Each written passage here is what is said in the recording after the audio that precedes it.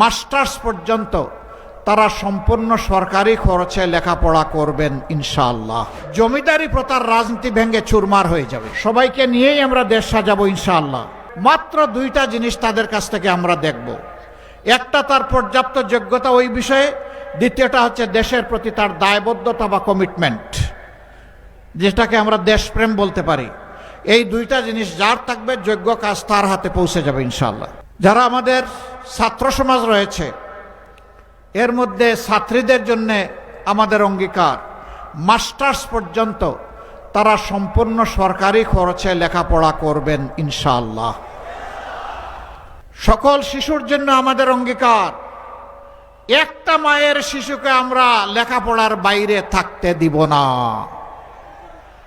যে মায়ের, যে বাবার সামর্থ্য আছে, তারা তাদের সন্তানকে লুক আফটার করবে। যার নাই, ইনশাআল্লাহ রাষ্ট্র এবং সরকার তার দায়িত্ব নেবে। আমরা চাই, আল্লাহর কাছে দোয়া করি, শুধু রাজার ছেলে রাজা নয়, বংশ পরম্পরায় নেতা নয়, বরঞ্চ আজকে যিনি কঠোর পরিশ্রম করে রিক্সা চালান, নুন আনতে যার পাট্টা পুরায়, তারও যদি মেধাবী ছেলে থাকে, সেই মেধাকে বিকশিত করে আল্লাহর কাছে দোয়া করি ওই ঘর থেকে আগামীর প্রধানমন্ত্রী যেন বের হয়ে আসে।